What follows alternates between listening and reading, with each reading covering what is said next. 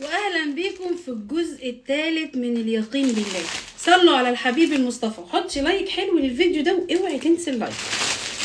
اخر حاجه وصلت لها معاكم ان انا خدت من الست الحلق اللي كان ثمنه 40,000 الا تقريبا، وقلت بقى لا ده انا لازم اشتغل بقى واكسر الدنيا. جاني الحماس من اول وجديد. خدت الفلوس، رحت جبت تليفونين لناس بالقسط وفرن كهرباء كده، واتبقى مبلغ تقريبا كان ما يقرب من 9000 جنيه. قلت لا بقى احنا كفايانا بيع وشراء، خش يا بت بقلب جامد في التصنيع، صنعي بقى. طب المبلغ اللي معاكي دوت يصنع، اشوف ايه اللي يصنع بالمبلغ ده. لقيت في التوقيت ده البنات كانت طالعه كده موضه باللي هو الخمار الماليزي الحلو ده الملون، كان شكله حلو قوي ساعتها. فقلت بس جات لك الفرصه مش هتجيلك تاني، انطلقي. خدت الفلوس ونزلت على شارع الحمزاوي، جبت القماش وطلعت على بتاع السرفاء، قلت له انا عايزه حد يقص لي الخمارات دي كلها بمقاسات معينه وبتاع. قال لي عينيا الاثنين. جبنا الراجل قص الخمارات دي وخدناها سرفلناها ودخلتها مكوى وكيست. بصوا بقى اللي هو انت عايزه تثبتي وجودك، حاجه كده من الاخر. رحت نازله عند العتبه كده في ميدان الاوبرا، هناك بيبيعوا خمارات ونقابات وكده وناس دي. رحت طالعه على المكتب، دخلت على واحد شيخ كده وقلت له السلام عليكم وبتاع، انا عندي شغل وزي الخمارات اللي انت معلقها دي على الشماعه. قال لي تمام. قلت له فعندي الشغل اهوت تقدر تتفرج عليه وحاجه بسم الله ما شاء الله، وبص جوده القماش. طلعت له حته كده من الكيس، مسك القماشه، بس مسك القماشه، واخدين بالكم؟ قال لي تمام. قلت له، قال لي طب انا باخد من التجار بايه؟ ب 17 ونص. قلت له لا انا هديك ب 18. قال لي لا وانت تديني نص زياده ليه؟ قلت له لا بقى انت بص انا مدياك شغل من الاخر، يعني مدياك حاجه كده بسم الله ما شاء الله، فينش ومكوى وقماش وحاجه متكلفه، واسال بره في السوق هتلاقيني انا احسن من غيري. طب تاخدي الفلوس على مرتين؟ قلت له فلوسي وقتي، مش هاخد فلوسي ومش هتنازل عن جنيه. انا باخد ما ببيعش يا باشا، انا ما ببيعش اجل، انا فلوسي وقتي. حاطه رجل على رجل. الراجل شمال يمين، طب نزلي ربع جنيه، طب بتاع ربع جنيه بيفرق معاه. فرحت قلت له على العموم انا ممكن اخد البضاعه بتاعتي واروح اسال في السوق. قال لي انا لا هسال ولا هعمل وخلاص اعتبريني انا اشتريت. راح قايم لافف من على المكتب وراح فاتح الاكياس الكبيره البيضه دي وفتح الخمارات، ويلاقي الخمارات مقصوصه بالشقلوب.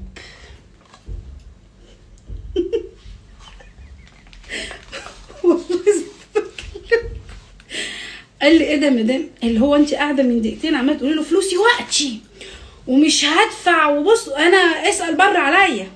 فبقول له في ايه؟ قال لي الخمارات مقصوصه بالشقلوب اللي هي ما تنفعش بجنيه.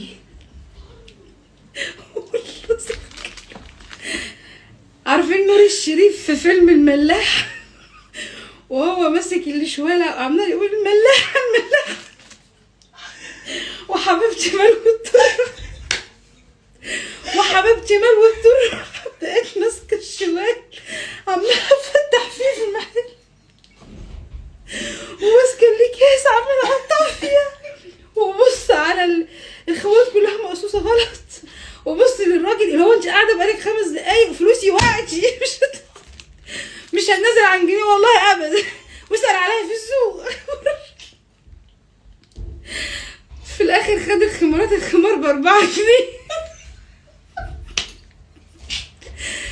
عارفين اليوم ده كان اسوأ عليا من اليوم اللي الفلوس ضاعت فيه في اوبر. والله عارفين ليه؟ عشان منظري قدام الراجل مش قادره انساه لغايه دلوقتي. اهم حاجه الثقه يا شيف. انا كان عندي ثقه معرفش كنت شاريها منين وانا طالعه المحل. والله العظيم. يقول لي نص جنيه، اقول له هاخد حاجتي وامشي. وبقيت ماشيه حق الخمار، كل خمار ربع 4 جنيه تقريبا، ما جابوش ترنجين بعد. كانت امي رحمه الله عليها اياميها كانت عايشه طبعا يا عيني، انا كنتش عايشه شايله هم كل ده، لان كل دي خسائر ورا بعضها واختبارات ربنا سبحان الله بيحطني فيها مش قادره اوصف لكم. ويشاء بقى القدر بعدها ان انا بعد ما خلاص بعت الخمار ب4 جنيه والله ب4 جنيه، ان خلاص قال لي هقص مناديل. انا كنت عايزه اجري من المحل، كنت عايزه اجري وقتها من المحل. خلصت القصه على كده؟ لا، عدى كام شهر، في التاني في التالت، وبدات الم فلوس الاقساط بتاعه التليفونات. كام شهر في التاني في التالت بدات ان انا الم في الاقساط بتاعه التليفونات، وجه النفر بتاعي اللي هو كان في الجمعيه التاني. خدت بقى النفر التاني على الفلوس بتاعه الاقساط اللي انا جمعتها، وبقى معايا مبلغ. اسكت؟ لا، الثقه ترجع من اول وجديد. اللي هو والله ما مستسلمه ابدا، مش هسكت.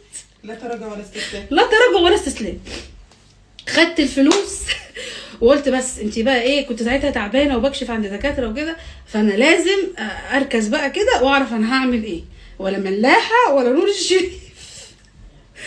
ورحت جيت في يوم رايحه للدكتور، فكنت انا عند صقر قريش، الناس اللي قاعده هناك ناحيه المعادي، وكنت ساعتها رايحه ان انا اكشف في ميدان الحريه. وبعد كده رحت ايه بقى، الطريق وقف، كانت الحكومه بتعمل كوبري، فقلت للسواق طب خش من اي شارع جانبي، لاني انا ميعاد الدكتور قرب. قال لي والله احنا لو خدنا اي شارع جانبي هنلف لفه كبيره جدا، فممكن نستنى شويه. قلت له لا، ميعاد الدكتور قرب وانا مش هقدر ان انا استنى، بعد اذنك لو سمحت، الميعاد هيروح وانا حاجزه عنده، الدكتور ده بيجي مره في الشهر. قال لي خلاص ماشي يلا بينا، ولف بالعربيه كده من عند الصينيه ودخل من شارع جانبي كده ناحيه صقر قريش على طول.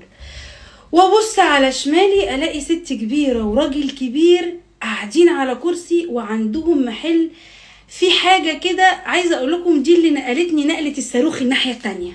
يعني انا الشارع واقف وناس كلها، ويشاء القدر انت ليكي ترتيب، وربنا والله ليه ترتيب تاني من فوق. انت رايحه في طريق ودخلك في طريق، لان غيرك ليه عندك رزق، فخليكي عندك يقين بالله ان رزقك محدش بياخده ابدا. عديت الشارع ودخلت المحل ده، وكانت المفاجأة فيه. هنحضر السحور لان الوقت خلاص سرقنا، فحطي لايك للفيديو دوت وقولي لي في الكومنتات احنا عايزين الجزء الرابع. تصبحوا على خير ودمتم في امان الله.